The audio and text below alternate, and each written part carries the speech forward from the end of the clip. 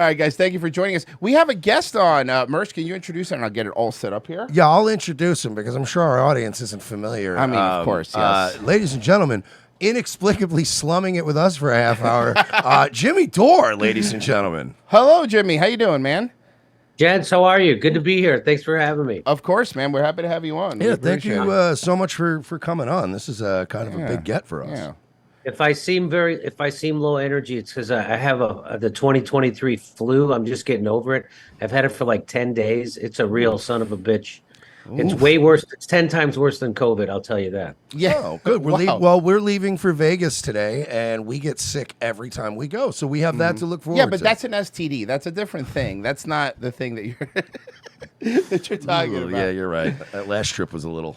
Yeah, man, we appreciate you coming on. We are fellow Rumble brethren. We're also over here on Rumble, and it's been great, honestly. Being over here has been. So we got kicked off of YouTube for cyberbullying Jeffrey Epstein. We were bullying Jeffrey Epstein. YouTube thought we were going a little hard on Jeffrey Epstein, so they didn't like us making jokes at his expense. Yeah. So I got in trouble. They said that we were harassing Justin Trudeau. What? I mean, it's targeted harassment. That's what we got. We got target for Jeffrey Epstein. We got targeted harassment of an infamous dead pedophile who ran an island for it. So enough about Trudeau. But what did you now? Because YouTube obviously is not very kind. They've never been very transparent with us. You're obviously a little bit bigger than us, so maybe you might have gotten more information from them than we ever got. Did they ever clarify what specifically you did to, bully? Target and harass? No, I did a video that showed people protesting Justin Trudeau. That was it. That's it? Wow. It is really, it's staggering, especially when you find out, like, behind the scenes, like, we've had a little insight. We've known some people that may or may not have worked over in that area, in YouTube, at Alphabet, in that specific area. Oh, yeah. And we've heard that, like, people think it's this huge department of like tons of people, and you're like, who's reviewing these? It's like 4 or 5. 4 people, and they're sectioned off. They have one person, higher end users, right? They have one person that covers the political sphere just for what they consider right wing people, and one people that covers it just for what they consider left wing people. It's like 4 or 5 people that are at the end, if it gets high enough, make these decisions. So they know who you are. Like they know who anyone is over. Like anybody that's had more than 2 strikes. It's literally like working in a call center. It's like working in a, like a telemarketing center, and you're going, oh, yeah, I got Jones again. You remember that guy? Yeah, that guy's such an asshole. He came up in my leads again. They know you after a while, and they don't. Well, I used to have a liaison with YouTube. I had that liaison for at least probably 4 years, and it was very helpful. He was very helpful in a lot of ways, and the biggest way was to keep us on the right side of their censorship. That he left a couple months ago, like maybe 4 months ago now, and to pursue other things. He left Google, YouTube, and they have not replaced him. So it doesn't look like they're going to do that for us. Yeah, they're going to let us twist in the wind. They do that, and then the strike, then the couple, then they'll just, what they did with us when they wanted us gone was, and this is the tactic, was like, we had like 1,000 episodes on YouTube. So what they'll do is when even if you're being a good boy now, they'll go back to 4 years ago, find an old video where they've changed the rules since, by the way. We're like, it was fine when you said it 4 years ago, but even though it was fine then, now that they changed the rules, it's not fine, and they hit you with a strike. That retroactively just hit you. So why do you think it's taking Rumble so long to have parity with YouTube? Not with numbers, but just technically. Like, it seems like don't all nerds know the same shit? And why can't they just copy what YouTube does? Why is it so hard? I don't understand that. We've been saying the same thing, man. That's been our thing, where it's like, I know they keep saying they want to build the tech from the ground up, but we're always like, look, man, you don't have to follow YouTube's philosophy, but if their tech works, right? Copy the tech. Like, I agree. Look, we want people on Android phones to be able to donate. They can't, and that sucks, Yeah, I've dropped a very dirty word in the past to them at Rumble, and they didn't like when I said it. But and this is a dirty word in a lot of circles, but it's like any other thing that gets misused. The algorithm can actually be a good thing, correct, when it's not abused, right? And I think that Rumble is very much like, no algorithms. We don't want any recommended stuff. And it's like, no, YouTube's algorithm used to be a very handy tool because it would be like, oh, you like cat videos and you like guitar videos. Well, we're going to be slinging all these cat and guitar videos that you didn't even know about.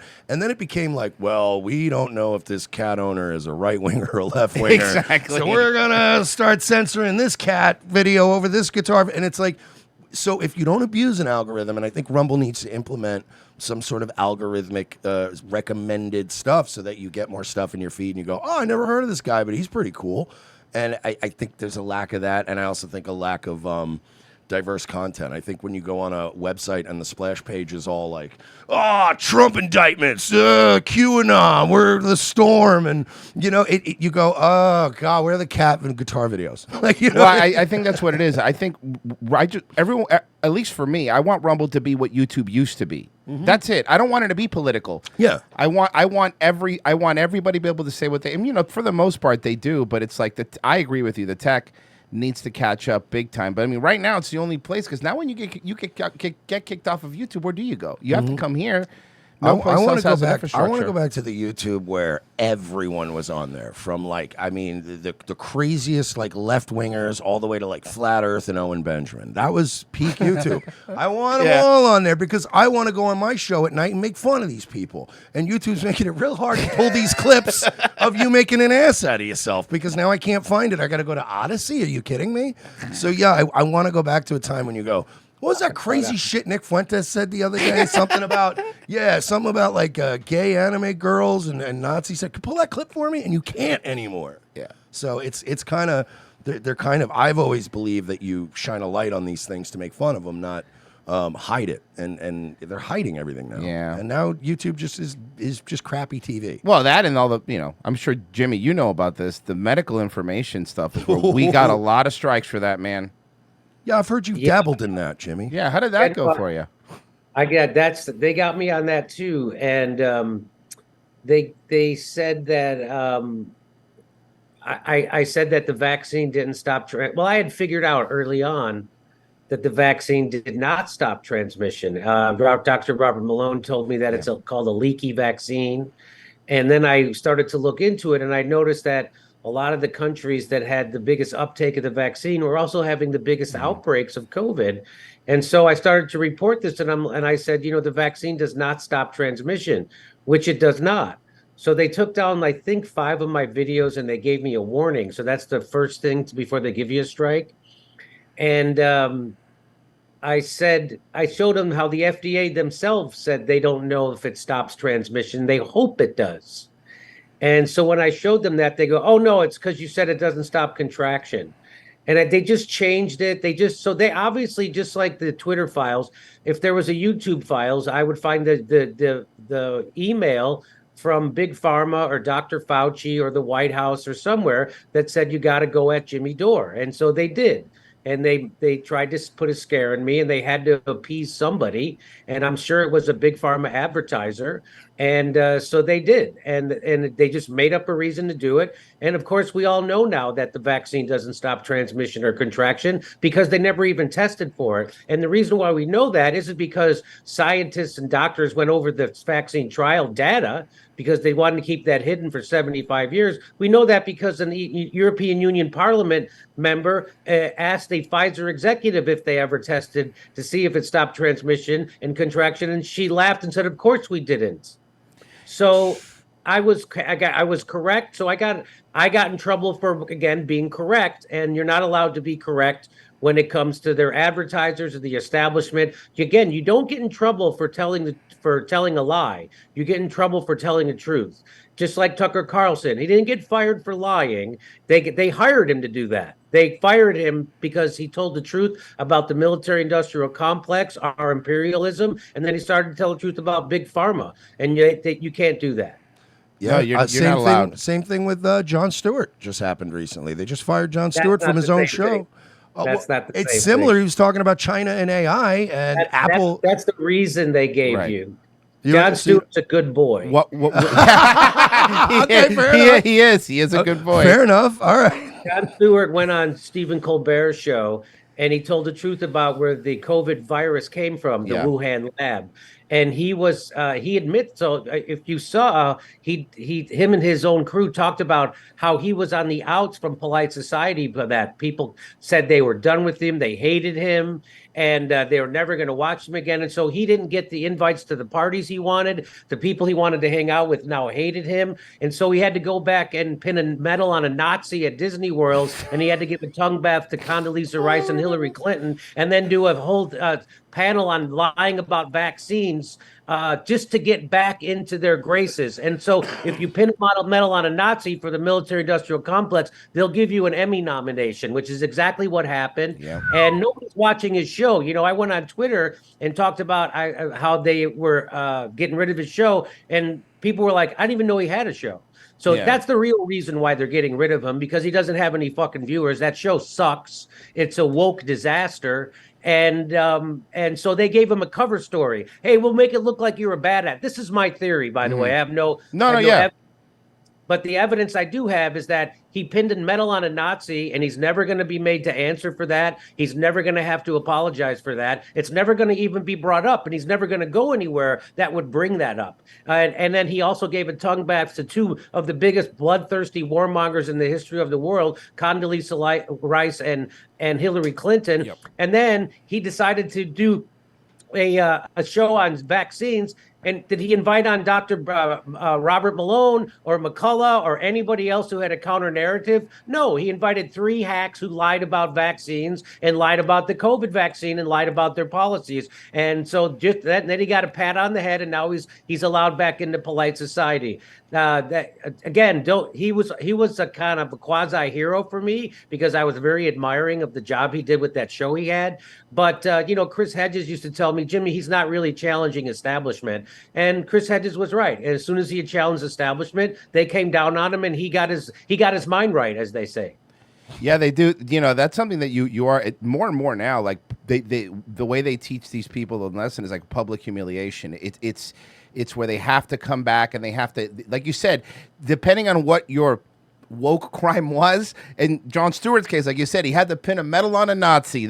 You're back. Look, we're going to let you back to the parties, but you better go give this Nazi a medal. You're not coming back. And that's how it is. Or they have to apologize or for having an opinion, like a mild opinion. If you think Jon Stewart was going to be a badass and tell the truth about China or whatever, hey, why wouldn't he tell the truth about Ukraine? He'll never tell his audience the truth about Ukraine, because they would cancel his ass immediately. And he would never tell the truth about vaccines or COVID or the lockdowns, because they would cancel his ass immediately.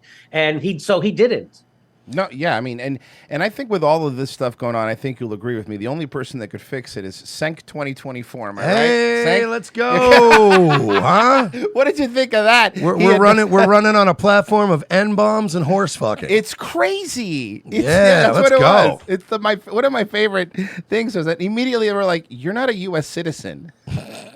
Well, right there. I mean, that's the clown show that it is. He's not a U.S. citizen, and he points to a decision by the Supreme Court that said you can't discriminate against natural-born citizens and naturalized citizens. But in that ruling, they specifically said, except for when you're running for president of the United States. So the ruling he's citing actually contradicts what he's saying. He knows that. That's the used car salesman that Cenk Uygur is. Cenk Uygur calls himself a lefty and a progressive, yet he's pro-censorship, he's pro-war, he's anti-union. That is the and he was for all the bullshit with COVID, and he's a big pharma shill. So he's the opposite of what you would normally consider a lefty, but he's definitely a Democrat.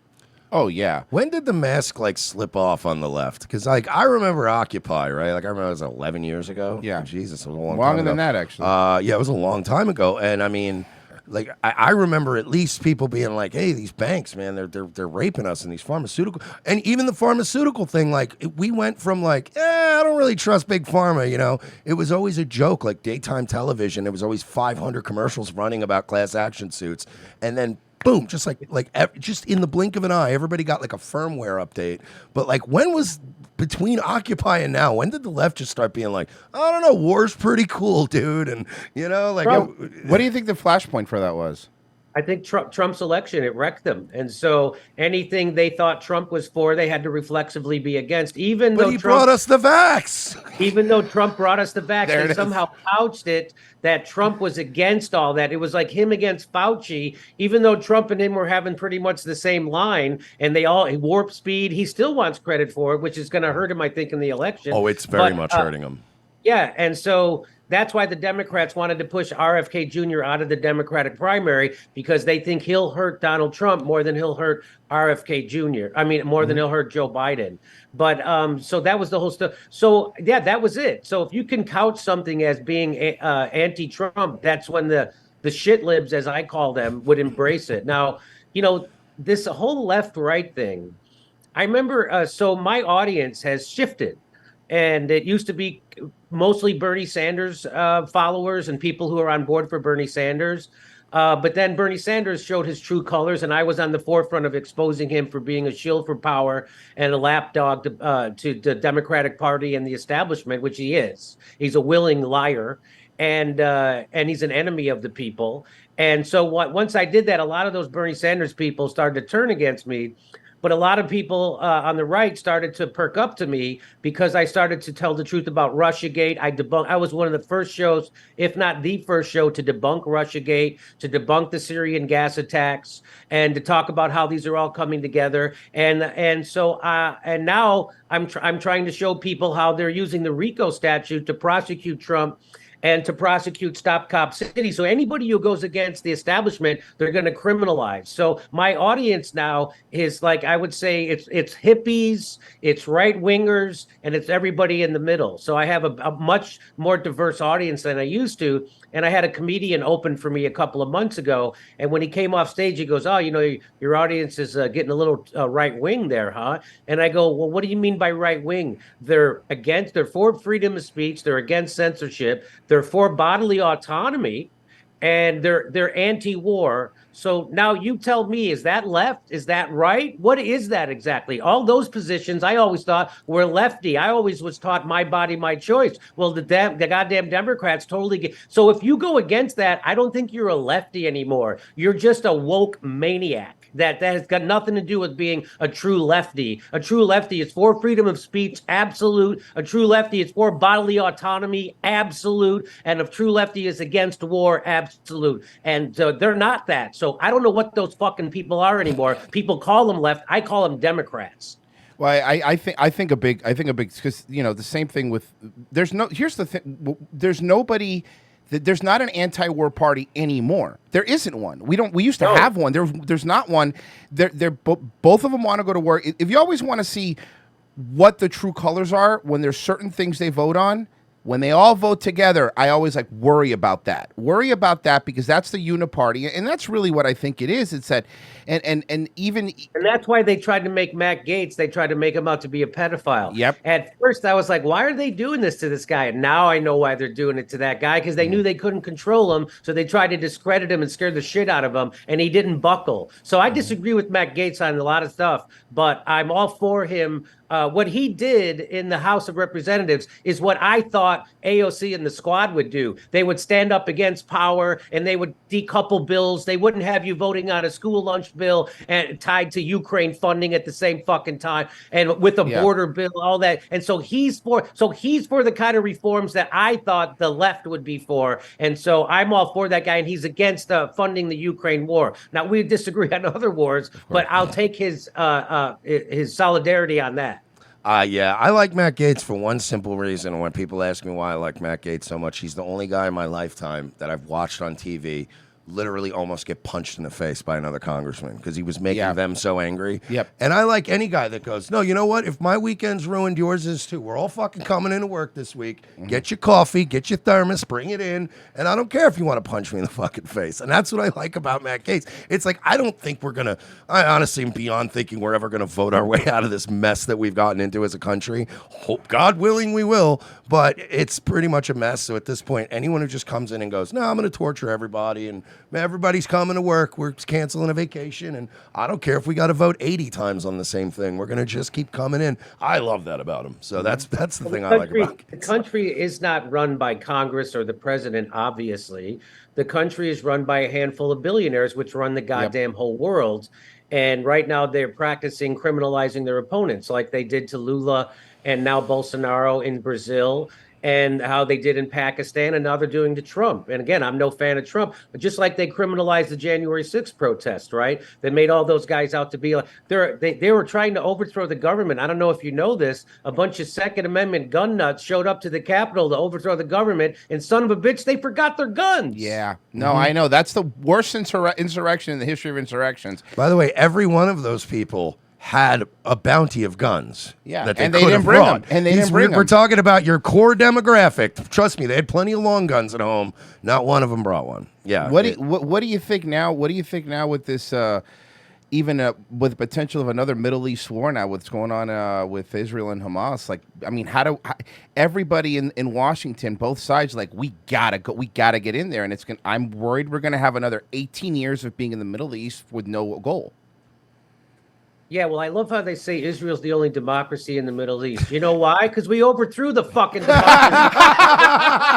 It's true, 100%. It's 100%. You know, Lebanon used to be really nice. Right. Iran used to be beautiful. Yeah, there were a lot of nice places. Remember when Gaddafi tried to start his own bank? Yeah, and then America always shows up with a cartoon bag of money, and we're like, hey, we're your pal, man. Don't worry. Yeah. And then your government is toppled within 10 years. Nobody ever wants to say they want to go bomb Iran. They've been itching for a war with Iran for a long time, and they say it's because it's a theocracy. And the reason why it's a theocracy is because we overthrew Mossadegh in 1953 with the CIA because he wouldn't share his fucking oil with us. And then they turned into a theocracy. Then we had a puppet in there called the Shah until a theocracy and the Ayatollah came over and overthrew it. And that was all instituted by us. Just like, it's called blowback, right? And they even have a term for it. They know they're doing this.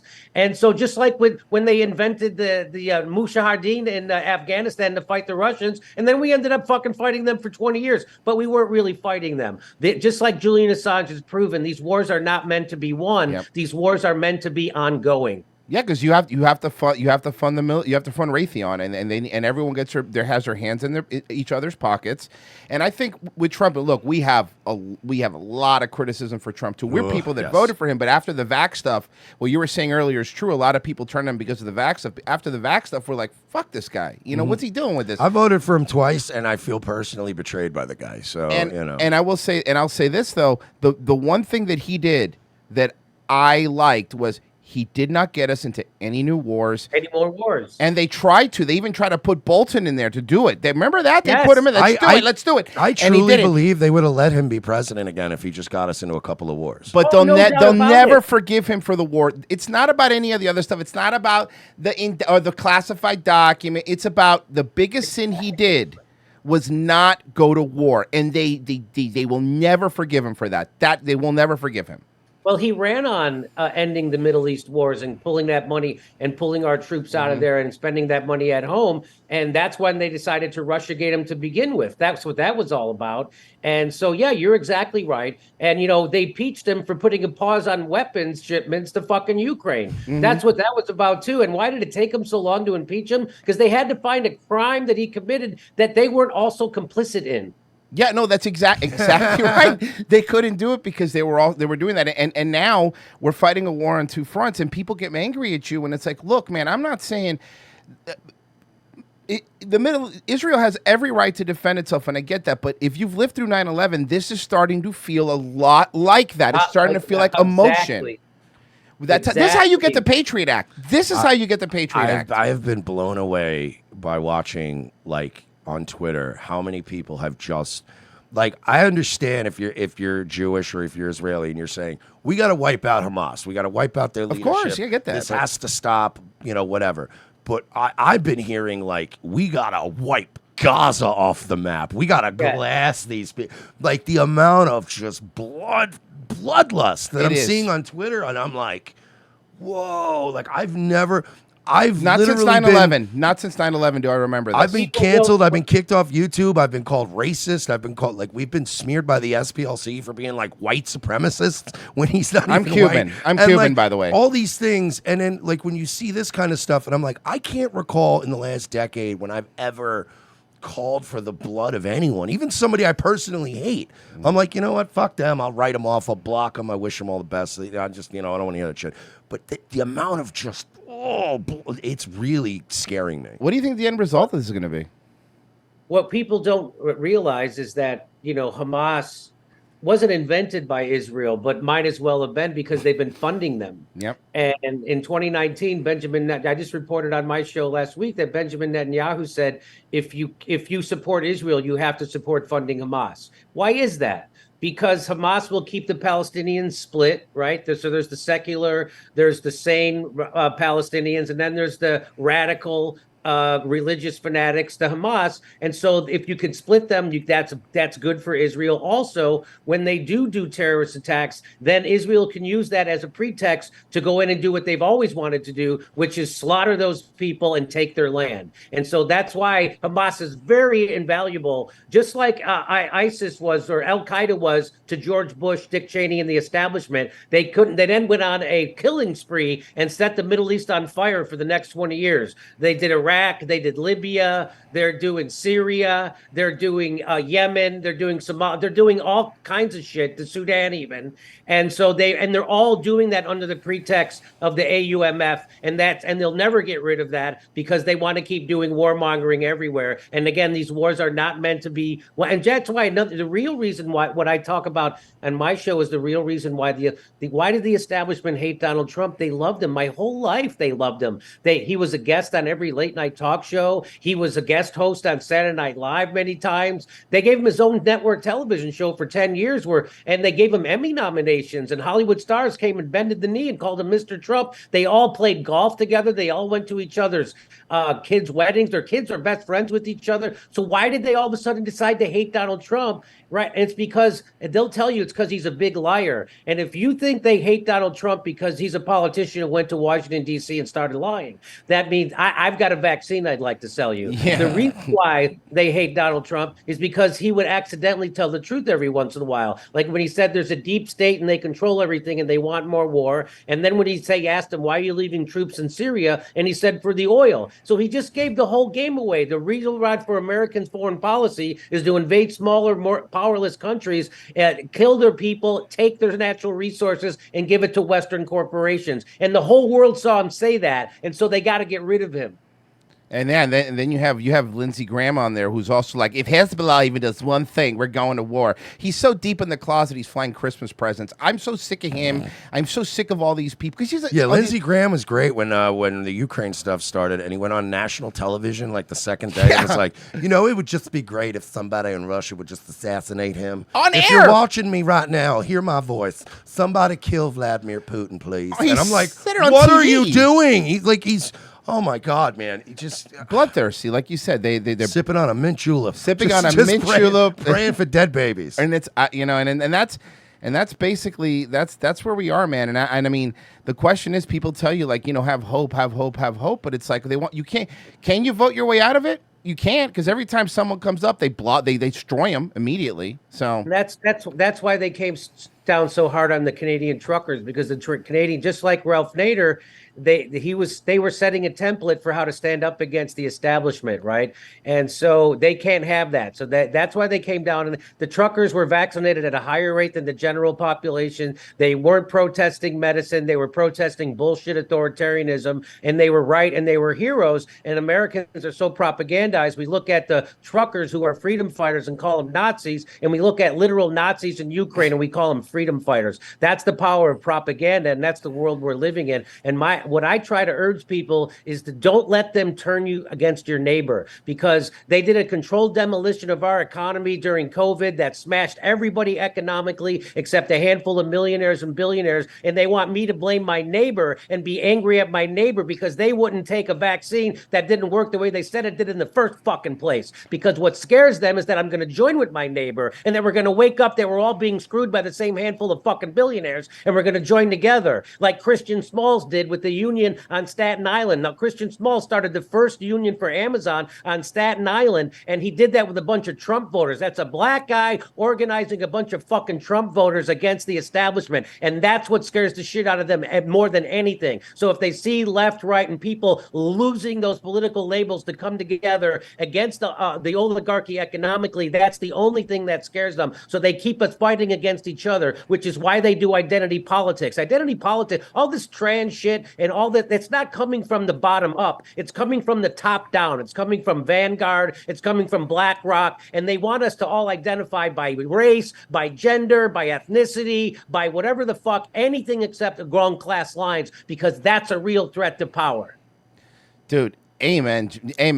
Bravo. Seriously, 100% on point here. Spoken like a progressive from 10 years ago. Yeah, seriously, exactly. Spoken like somebody that 10 years ago we called a liberal. Isn't that crazy? Does it worry you, though, that, like I'm glad you brought up the turning on your neighbors thing, because you brought up the Canadian truckers, and it's like, I had jobs when I was younger where once I figured out, oh, we fuck people over at this job, I would quit, right? But I feel like, does it worry you that more and more people nowadays are just in it for a pension and just like, if I were like looking at this Canadian trucker's bank account and I'm like, oh, he has $311 in his checking account, I'm freezing it because the boss said so. I don't think I could click the button. It seems increasingly more people are willing to click the button now. Does that worry you?